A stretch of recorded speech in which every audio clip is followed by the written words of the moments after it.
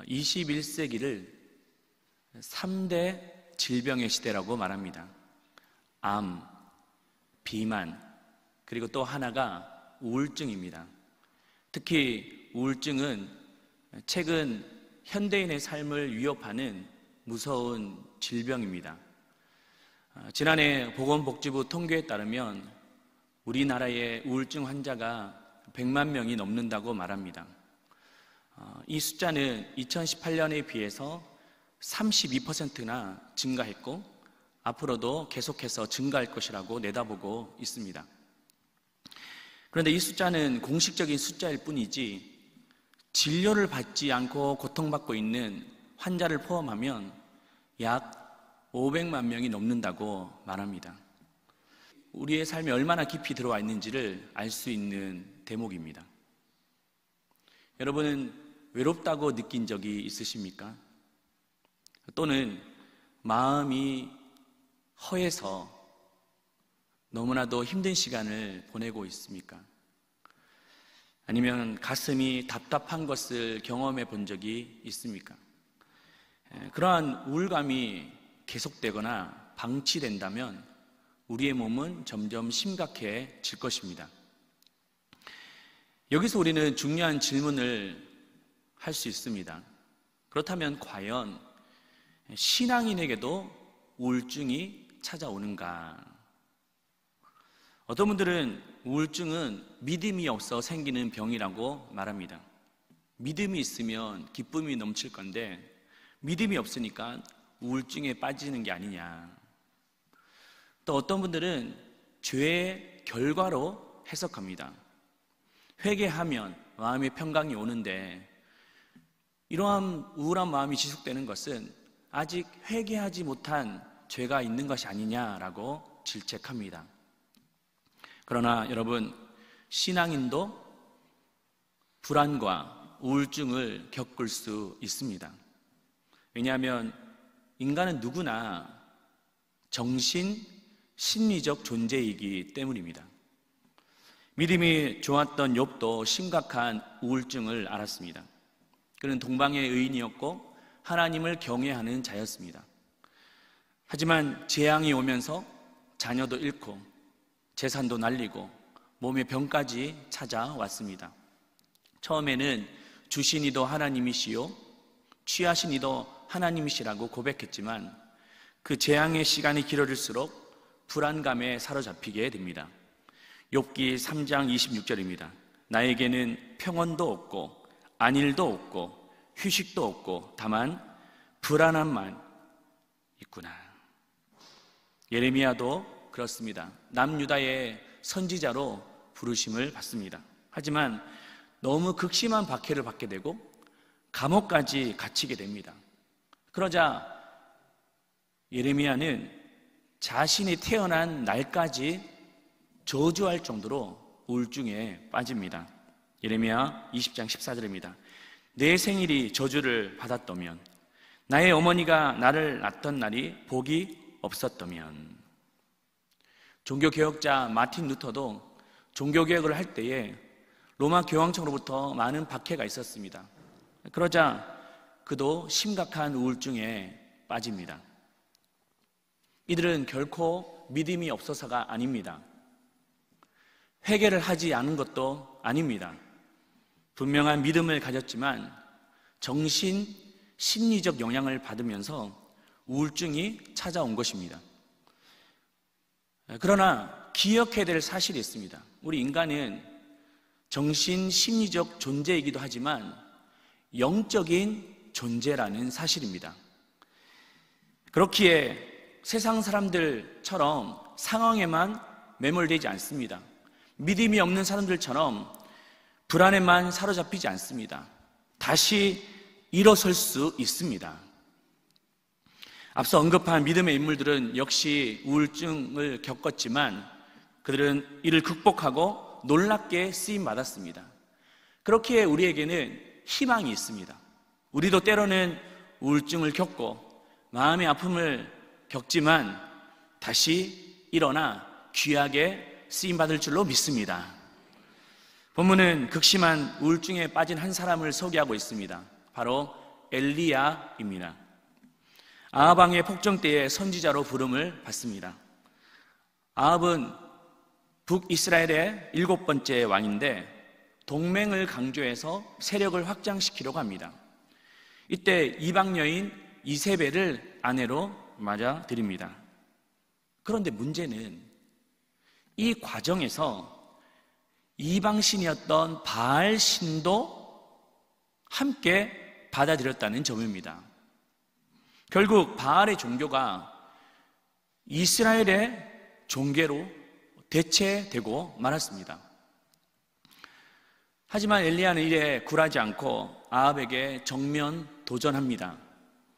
갈멜산에서 그는 홀로 바알 선지자 450명과 누가 비를 주느냐, 여호와가 비를 내릴 것이냐, 아니면 바알 신이 비를 내릴 것이냐, 전투를 벌였습니다. 결국 엘리야의 승리로 끝났고 바알 선지자는 모두 진멸되었습니다. 이때 엘리야는 어떤 마음이었을까요? 이제 아합의 시대는 끝났구나. 악한 세력을 하나님이 멸하셨구나. 그러나 상황은 예상과 다르게 흘러갑니다. 이 소식이 전해지자 오히려 아합과 이세벨은 기세가 더 등등하여 엘리야를 죽이고자 합니다. 이게 바로 엘리야의 탈진입니다. 도대체 이게 뭐지? 하나님이 비를 내리게 하시지를 말든가, 전투에서 이기게를 하시지 말든가, 기적을 베푸셨으면 아합의 가문이 끝장이 나야 됩니다. 그런데 오히려 자기를 죽이려고 달라들고 있습니다. 그러니 엘리야는 더 이상 설 곳이 없었습니다. 그 길로 광야로 도망쳐서 로뎀 나무 아래에 스스로 죽기를 청합니다. 4절입니다.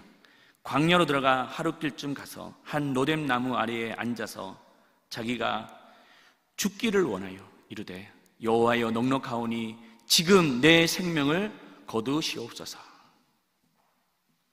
인간은 누구나 열심히 살지만 자기 뜻대로 되지 않는 현실을 마주할 때가 많습니다. 가난으로 인한 서름, 부모에게 받은 상처, 원하는 대학에 가지 못하는 절망감, 꿈을 이루지 못하는 패배감, 배우자를 만나지 못한 공허함, 가정의 불화. 이 모든 것들이 쌓이면 우울감이 몰려오게 됩니다. 신앙인도 예외가 아닙니다. 우리 역시 이런 현실적인 문제에 자유롭다고 말할 수 있을까요? 그렇지 않죠. 어떤 문제는 해결됐다 할지라도 또 다른 문제를 마주합니다. 그 또 다른 문제가 해결됐다 할지라도 새로운 문제에 직면하게 됩니다. 이 과정이 계속적으로 반복되게 되면 피로감을 느끼고 불안함을 느끼고 우울감을 느낄 수밖에 없습니다. 그렇다면 이러한 반복되는 우울감을 어떻게 극복할 수 있을까요? 오늘 본문의 엘리야의 회복을 통하여서 그 답을 제시하고자 합니다. 첫째는 정서적인 위로가 필요합니다. 심리학자 메슬로우가 인간에게는 5가지 욕구의 단계가 있다고 말합니다. 가장 기본적인 단계는 가장 아래에 보시면 생리적인 욕구입니다. 즉, 먹고 사는 문제, 의식주에 관한 문제가 해결돼야 됩니다. 이게 해결되지 않으면 그 다음 단계로 넘어갈 수가 없죠. 다음 단계는 안전의 욕구입니다. 첫 번째는 생리적인 욕구, 두 번째는 안전의 욕구인데 신체적으로나 정신적으로 보호를 받기를 원합니다.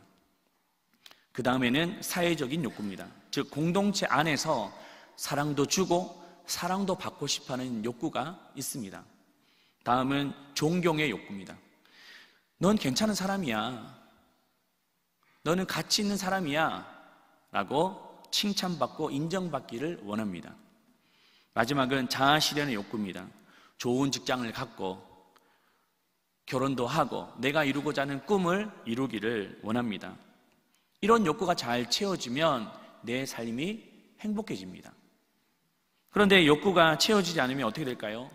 그 욕구와 기대는 절망과 좌절로 이어지게 됩니다.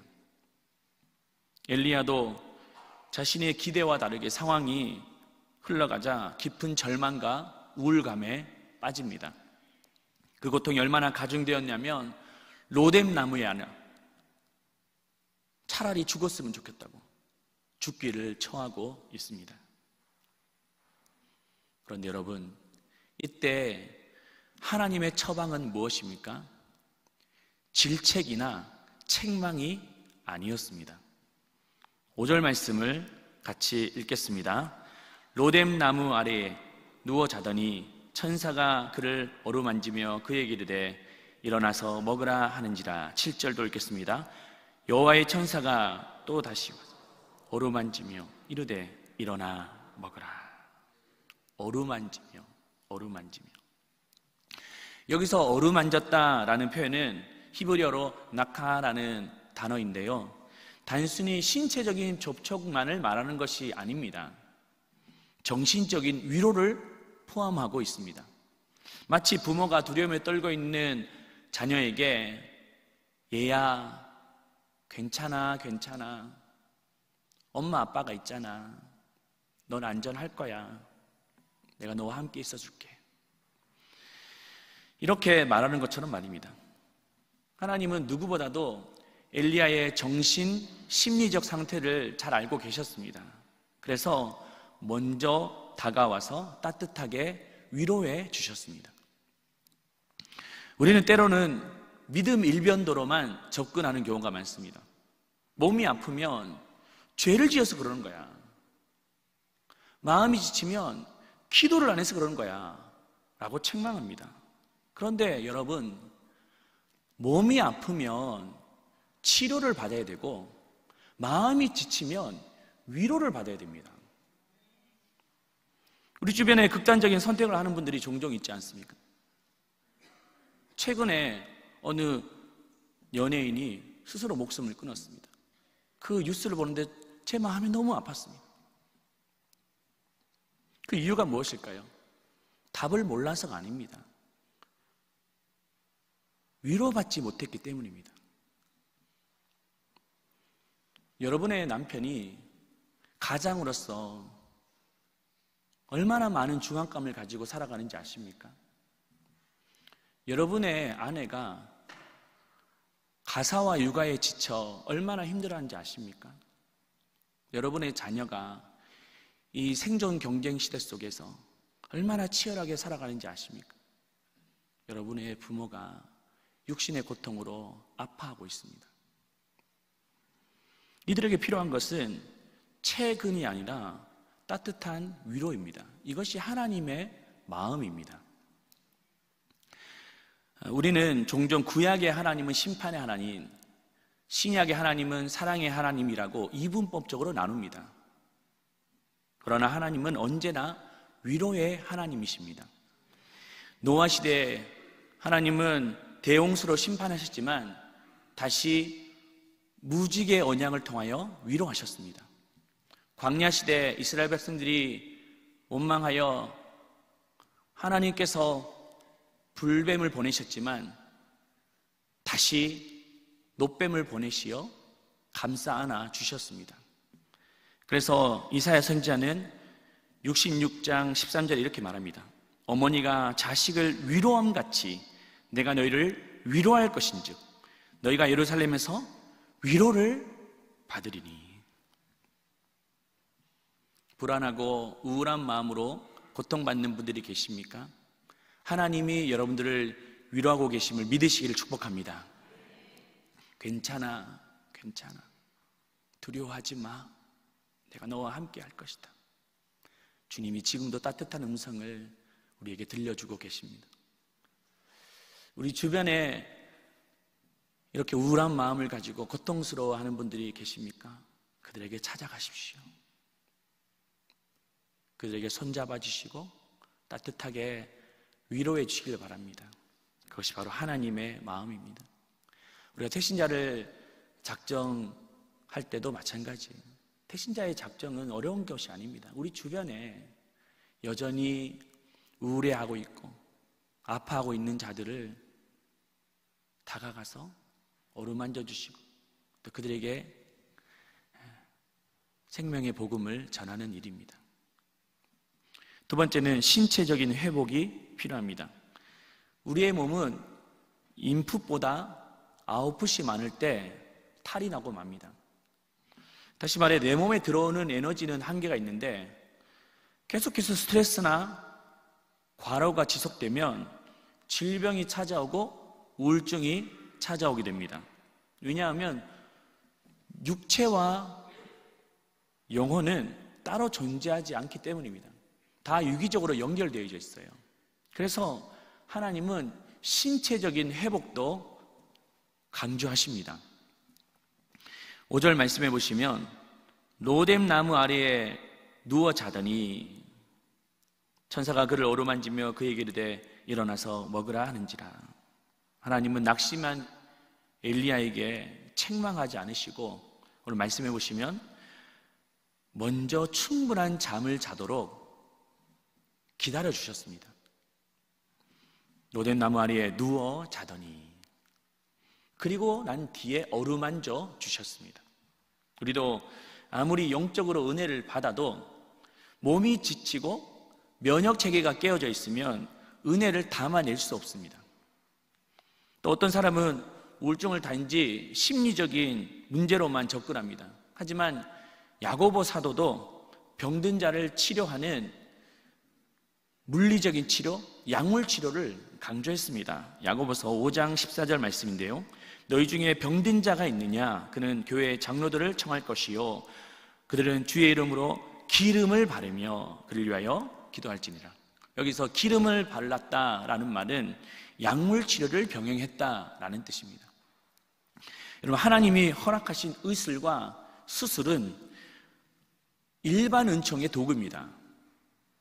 따라서 의료 혜택을 받는 것은 하나님을 신뢰하는 신앙적인 표현입니다. 그럼에도 불구하고 여전히 신비로운 방법으로만 병을 치료하려고 하는 사람들이 있습니다. 대표적인 예가 이단들인데요. 그 중에 제7일 안식교입니다. 그들은 의학적인 치료를 거부합니다. 신앙으로만 병을 치료할 수 있다고 믿고 있습니다. 또 여호와의 증인도 수혈을 거부합니다. 이미 우리는 여호와의 증인이 병역 거부라는 그 불명예를 가지고 대한민국 사회를 힘들게 했던 것을 잘 알고 있습니다. 그런데 이들은 또 병이 나도 수혈을 거부합니다. 그래서 실제로 수혈을 거부하다가 사망에 이르게 된 여호와의 증인 신자도 있었습니다. 그런데 여러분, 하나님은 일반 은총 위에 특별 은총을 허락하십니다. 특별 은총이 먼저가 아니라 일반 은총 위에 특별 은혜를 주시는 거예요. 바울은 너희 몸이 성령이 거하시는 하나님의 전인 줄을 알지 못하느냐라고 말합니다. 그러므로 우리는 몸을 잘 관리해야 돼요. 술로 몸을 병들게 해서는 안 됩니다. 담배로 육신을 찌들게 해서는 안 됩니다. 또 아무 음식이나 먹어서는 안 됩니다. 하나님이 주신 이 거룩한 성전을 잘 갖고 가야 됩니다. 마지막 세 번째는 영적인 치료를 병행해야 됩니다. 정신적인 치료가 건강한 마음을 회복하는 것이라면 영적인 치료는 하나님의 관계를 회복하는 것입니다. 많은 우울증 환자들이 단순히 보이는 증상만을 치료하기를 원합니다. 그러나 하나님의 뜻은 이 과정을 통해서 영원히 치료되기를 원하십니다. 누가복음 17장에 보시면 10명의 문둥병 환자가 예수님에게 나아가 병을 고침받습니다.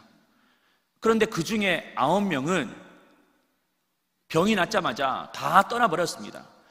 그런데 그 중에 단 한 명의 고침받은 환자가 예수님께 와서 엎드려 경배했습니다. 그때 예수님이 그 한 명의 환자에게 뭐라고 말씀하셨냐면 누가복음 17장 18, 19절입니다. 이 이방인 외에는 하나님께 영광을 돌리러 돌아온 자가 없느냐 하시고 그에게 이르시되 일어나 가라 내 믿음이 너를 어떻게 해요? 구원하였느니라. 아무리 9명은 병이 치료받았을지 모르겠지만 그들의 영혼은 구원받지 못했습니다. 우리도 마찬가지입니다. 하나님은 우리가 단순히 병만 치료되기를 원하지 않으세요. 먼저 하나님과의 관계가 회복되기를 원하십니다. 우리 주변에 하나님의 은혜로 기적적으로 병이 치료된 사람이 있습니다. 그런데 그 후에 하나님을 잊어버리고 더 타락한 삶을 살아가는 자들도 얼마나 많습니까? 병이 치료될 때는 하나님이 간절히 찾다가 병이 치료되니 교회도 나오지 않습니다. 예배도 안 드립니다. 하나님을 몰라랍니다. 아무리 육신의 병이 치료되면 뭐합니까? 영혼의 질병이 치료되지 않아 영원한 형벌에 처하게 될 것인데, 과연 그 모습이 온전하게 회복됐다고 말할 수 있을까요? 아무리 병이 치료되어도 영적인 하나님과의 관계가 회복되지 않으면 마치 순간의 고통을 잊는 몰핀을 맞는 것과 전혀 다르지 않습니다. 우리가 신앙생활 할 때 몰핀 한 장 맞듯이 그렇게 신앙생활을 하면 되겠습니까? 그러므로 우울증을 극복하기 위해서는 먼저 하나님과의 관계가 회복되어야 될 줄로 믿습니다. 그때 우리는 육신의 질병도 또 마음의 질병도 치료받을 수 있습니다. 제 모교에 한 장로님이 계시는데요, 의과대학 교수이십니다. 근데 그분이 어떻게 예수님을 믿게 되셨는지 간증을 우연찮게 듣게 되었는데, 이분이 원래 불신자였어요. 무신론자였습니다. 하나님이 어디 계시냐고 비아냥거렸습니다. 그런데 내과 교수이다 보니까 많은 수술을 해야 됩니다. 근데 수술을 하다 보니까 신기하게도 두 가지 경우를 보게 되었더래요. 첫 번째는 첫 번째 환자의 부류는 자신이 배워왔던 의술과 학문 체계로 수술하면 반드시 나아야 됩니다. 그런데 낫지 않는다는 거예요. 두 번째 부류의 사람은 도무지 가망이 없는 사람이라고 의사도 판정을 내렸습니다. 그런데 살아나더래요. 도대체 뭘까?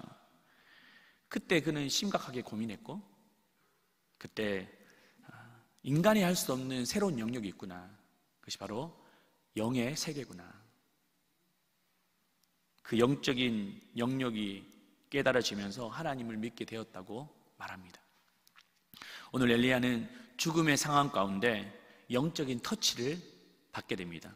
오늘 말씀 마지막에 그 이후에 오늘 다 읽지는 못했지만 그가 어떻게 회복되었는지를 말하고 있는데요, 11절 12절 말씀 이렇게 말하고 있습니다. 잘 들어보십시오. 여호와께서 이르시되 너는 나가서 여호와 앞에서 산에 서라 하시더니, 여호와께서 지나가시는데 여호와 앞에 크고 강한 바람이 산을 가르고 바위를 부수나 바람 가운데 여호와께서 계시지 아니하며, 바람 후에 지진이 있으나 지진 가운데도 여호와께서 계시지 아니하며, 또 지진 후에 불이 있으나 불 가운데도 여호와께서 계시지 아니하더니 불 후에 세미한 소리가 있는지라. 그 혼란한 시대 상황 속에서 마치 그 상황을 불, 강한 바람, 지진으로 표현하고 있습니다. 그것이 그를 회복하지 않았습니다.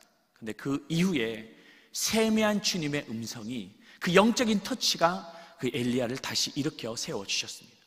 그리고 40주 40야를 달려갈 수 있는 능력이 되었습니다. 여러분, 이 영적인 회복이 있기를 주님의 이름으로 축원합니다. 이제 말씀을 정리하겠습니다. 인간에게는 누구나 다 빈자리가 있다고 말합니다. 근데 그 안에 뭔가를 채워야지만 안정감을 찾습니다. 그런데 그 안에 하나님이 아닌 다른 것으로 채우게 되면 고장이 납니다. 그 안에 사람을 채우게 되면 외도가 되고, 돈을 채우면 사치가 되고, 술과 도박을 채우면 쾌락이 되고, 권력을 채우면 비리가 됩니다. 사랑하는 여러분, 그 빈자리에 우리를 치료하시는 여호와 하나님으로 가득 채워지기를 주님의 이름으로 축복합니다.